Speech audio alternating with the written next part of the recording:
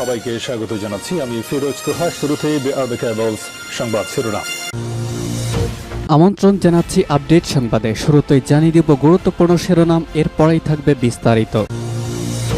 প্রথমে জানিয়ে দেব গণভোট ও সংসদ নির্বাচন একই দিনে, বলল প্রধান উপদেষ্টা। আরও জানিয়ে দেব রাজনৈতিক দলগুলোকে প্রধান উপদেষ্টার সতর্কবার্তা। আরও জানিয়ে দেব বিএনপি ও জামাতের বিভেদের কারণে আওয়ামী লীগ ফেরার সুযোগ পাচ্ছে, বলল জাতীয় নাগরিক পার্টির এনসিপির মুখ্য সমন্বয়ক নাসির উদ্দিন পাটোয়ারি। সর্বশেষ জানিয়ে দেব মাগুরায় 2 আসনের মনোনয়ন বাতিলের দাবিতে বিক্ষোভ মিছিল। এতক্ষণ শুনছিলেন গুরুত্বপূর্ণ সংবাদ শিরোনাম, এখন জানিয়ে দিব বিস্তারিত। গণভোট ও সংসদ নির্বাচন একই দিনে, বলল প্রধান উপদেষ্টা। বহুল আলোচিত গণভোট ও জাতীয় সংসদ নির্বাচন একই দিনে অনুষ্ঠিত হবে জানিয়েছেন প্রধান উপদেষ্টা মোহাম্মদ ইউনূস। বৃহস্পতিবার 13 নভেম্বর দুপুরে জাতির উদ্দেশ্যে দেওয়া ভাষণে তিনি একথা বলেন। ভাষণে প্রধান উপদেষ্টা বলেন, 2026 সালের ফেব্রুয়ারির প্রথমার্ধে জাতীয় সংসদ ভোট গ্রহণ হবে। এই দিনে একই সঙ্গে জুলাই সনদ নিয়ে গণভোট নেওয়া হবে। বাংলাদেশ টেলিভিশন, বিটিভি নিউজ ও টিভি ওয়ার্ল্ড ভাষণটি সরাসরি সম্প্রচার করেছে। গণমাধ্যমের বিষয়টি প্রধান উপদেষ্টা জানান, 4টি বিষয় একই প্রশ্ন, হ্যাঁ অথবা না ভোট হবে।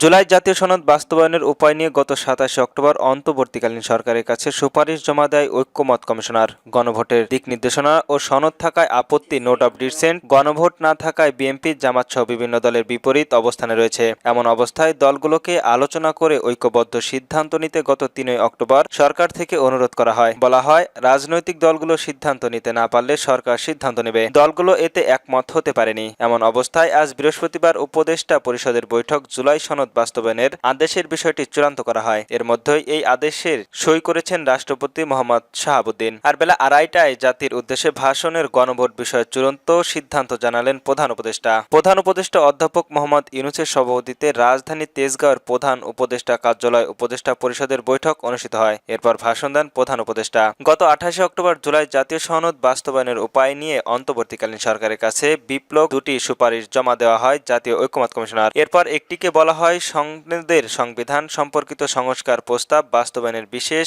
আদেশ জারি করে। তার ভিত্তিতে গণভোট হবে। গণভোটের প্রস্তাব পাশ হলে আগামী সংসদ সংবিধান সংস্কার পরিষদ হিসেবে 270 দিনের মধ্যে সংবিধান সংস্কার করবে। না হলে কি হবে তা উল্লেখ নেই। তবে গণভোট কবে হবে সে সিদ্ধান্ত নেওয়ার ভার সরকারের উপর ছেড়ে দিলে ঐক্যমত কমিশনার। জুলাই জাতীয় সনদ বা সংস্কার প্রস্তাব বাস্তবায়নের প্রতিক্রিয়া নিয়ে আগে থেকে রাজনৈতিক দলগুলোর মধ্যে মতপার্থক্য ছিল, কিন্তু সংস্কার বাস্তবায়ন নিয়ে ঐক্যমত কমিশনারের সুপারিশ জমা দেওয়ার পর তা নতুন করে তীব্রভাবে সামনে আসে। জুলাই জাতীয় সনদ বা সংস্কার প্রস্তাব বাস্তবায়নের বিষয়ে রাজনৈতিক দলগুলোর মধ্যে মতভেদ দেখা দেওয়ার পরবর্তীতে সরকার রাজনৈতিক দলগুলোকে নিজ উদ্যোগে নিজের মাধ্যমে আলাপ আলোচনা করে সম্ভাব্য দ্রুততম সময়ের সরকারের ঐক্যবদ্ধ দিক নির্দেশনা দেওয়ার জন্য আহ্বান জানান। তবে এ বিষয়ে রাজনৈতিক দলগুলোকে কোনো ঐক্যবদ্ধ দিক নির্দেশনা দিতে পারেনি, এমনকি নিজেদের মধ্যে আলোচনায় বসতে পারেনি।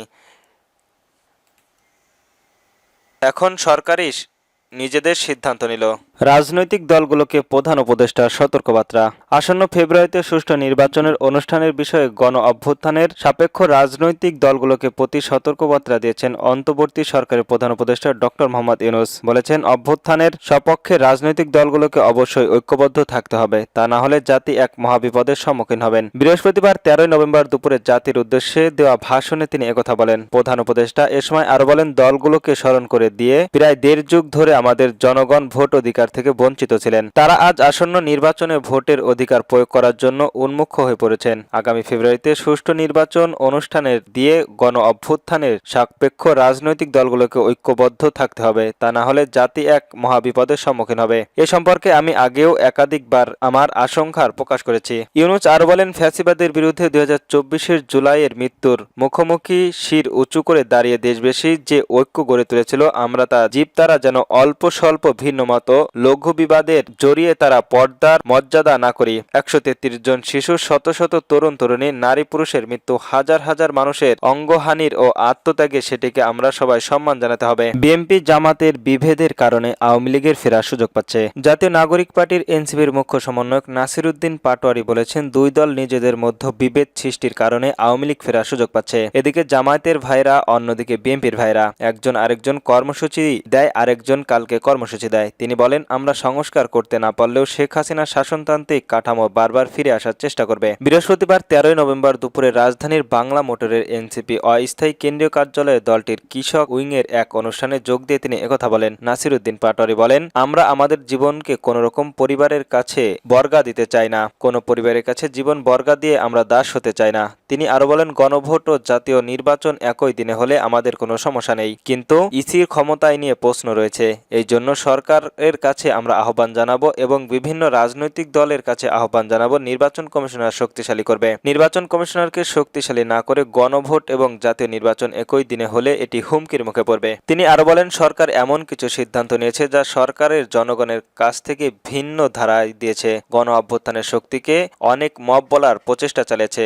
গত এক বছরের গণ অভ্যুত্থানের শক্তি আমরা সম্মিলিত হয়ে যায়নি। নাসিরউদ্দিন পাটোয়ারী বলেন, এই সরকারের নৈতিক ভিত্তি ছিল গণ অভ্যুত্থানের এবং বিপ্লব। সরকারের উচিত ছিল জনগণের সামনে শপথ পাঠ করা, সরকারের সেই জায়গায় ভুল করেছে।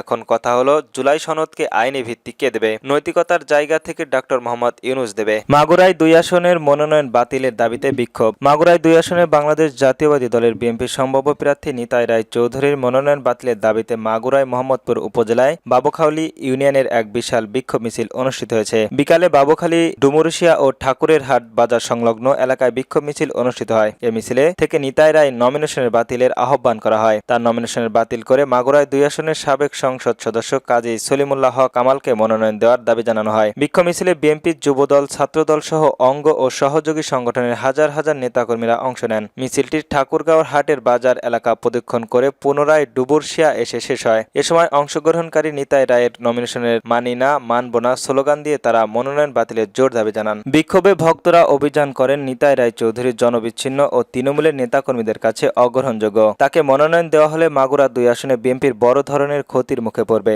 বক্তারা বলেন, এই নমিনেশনে তৃণমূলের প্রত্যাশা প্রতিফলিত নয়। সঠিক প্রার্থী নির্বাচন না হলে দলীয় অবস্থায় দুর্বল হয়ে এবং নির্বাচনের পরাজয়ের ঝুঁকি বাড়বে। বিক্ষোভে প্রধান অতিথি হিসেবে উপস্থিত ছিলেন সরিখা উপজেলার সাবেক চেয়ারম্যান ও মোজাফফর হোসেন টুকু। এছাড়া উপস্থিত ছিলেন মোহাম্মদপুর উপজেলার বিএনপির সাবেক সাধারণ সম্পাদক ও সাবেক উপজেলা চেয়ারম্যান মোহাম্মদ জাহাঙ্গীর আলম খান।